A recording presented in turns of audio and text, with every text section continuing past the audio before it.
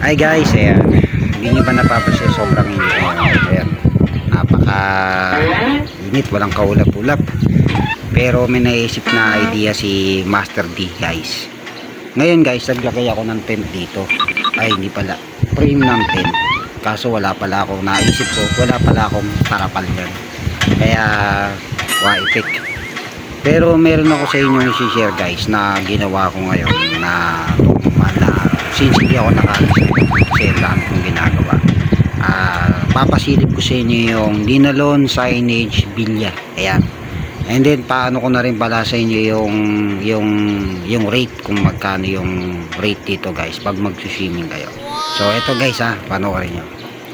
So guys, ito na yung tent natin na butas. Ayan, sinasabi ko sa inyo. So dire-diretso lang tayo dito guys. Ayan kita nyo yung motor natin.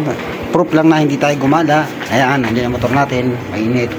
So guys, nakikita nyo dito. Ayan. Kita nyo yan guys. Ayan. Basic. Pwede kayong rito. Pwede kayong bihis. Ayan. Sa loob. Ayan Ayan. Then ito yung swimming pool nating malaki guys. Pinalagyan ko na ng tubig yan. Ayan. Actually hindi ko pa siya inaanuhan. Ayan. Ayan. So dyan tayo magtatampisaw mamaya guys. So ang laki dyan, buong likod dyan Ayan. Bali sa mga gusto mag swimming dito guys, 1.5. Ayan, 1.5 lang.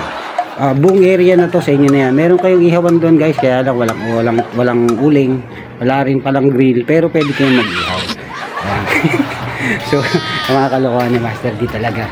At syempre, didemo muna ni Dinalon signage guys. Ayan, binato ko na yung aking salbabida. Baka kasi malunod ako. Medyo mano to, 10 feet above guys. Ayan.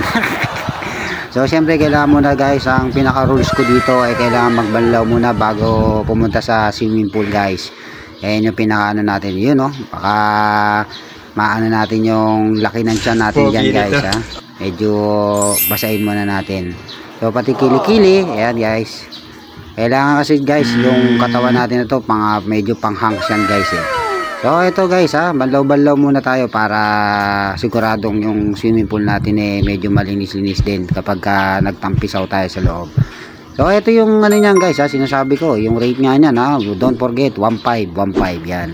1.5 isang oras yan. So ayan guys, tali muna natin tong ating pinaka shower na yan para meron namang effects. So ayan guys, that's it. Tingnan naman, nagpe-flex pa ako dyan. Tingnan natin kung pwede na tong swimming pool natin ito guys. Yun. Ang saya na naman ni Dinalon signage guys. Siyempre, ito, tanggal ang stress natin. Kahit na hindi tayo nakalis, meron naman tayo dito ang swimming pool sa likod ng bahay.